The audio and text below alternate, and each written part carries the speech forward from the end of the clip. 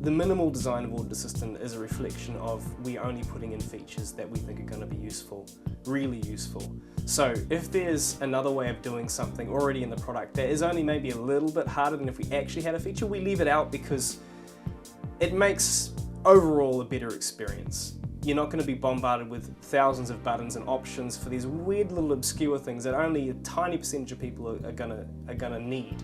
If it is a not-for-profit company or entity, it then tailors the questions for you, so there's, you can leave out a whole bunch of irrelevant information, so you don't waste time writing NA when you don't need it at all. In the first year you have to set the job up, but after that you roll the job over, so all your systems notes and any attachments that you've added, say if you add a copy of the client's trust deed, that's rolled over and you can bring all those attachments forward each year. So each year your file gets more and more complete, and each year becomes easier and easier to complete a job.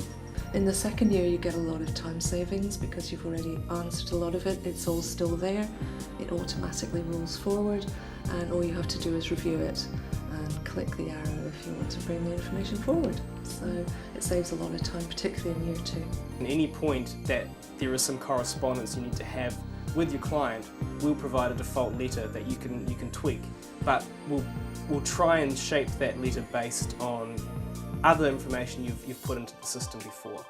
So it'll have all their addresses, all their details on it, the contact person, any relevant information about the type of audit. And we might have optional paragraphs in there that are only showing up if you've answered a particular question in a particular way. It's great also to have the follow-up section. So as I'm going through, I may find there's certain information that I want to get from the client. And again, because it's all in one place, you don't leave anything out. So at any point I could go look in those follow-ups and just flick through them with a client or clear whatever's been addressed already.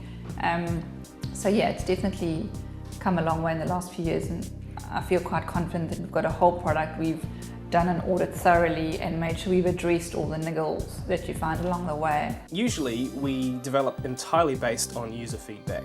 We do have an overall vision for the product, but that changes quite a lot because our customers basically tell us the thing we need to do next. One of the features of Audit Assistant that I like is that you import the trial balance. You get the trial balance in Excel format, whether it be exported from the client's MYOB system or QuickBooks system or Xero.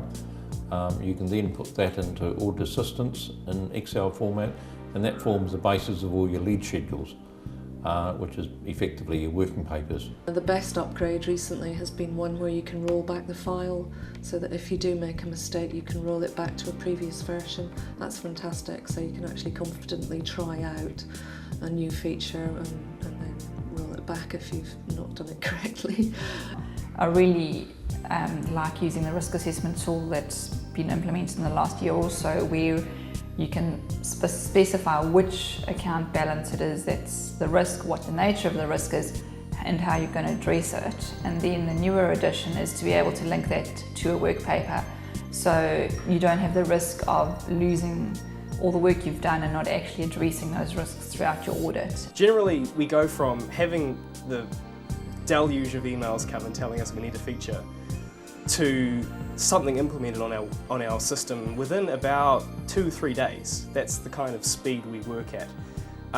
And over the next week after that, we refine it and we adjust it to make sure that it is actually solving the problem.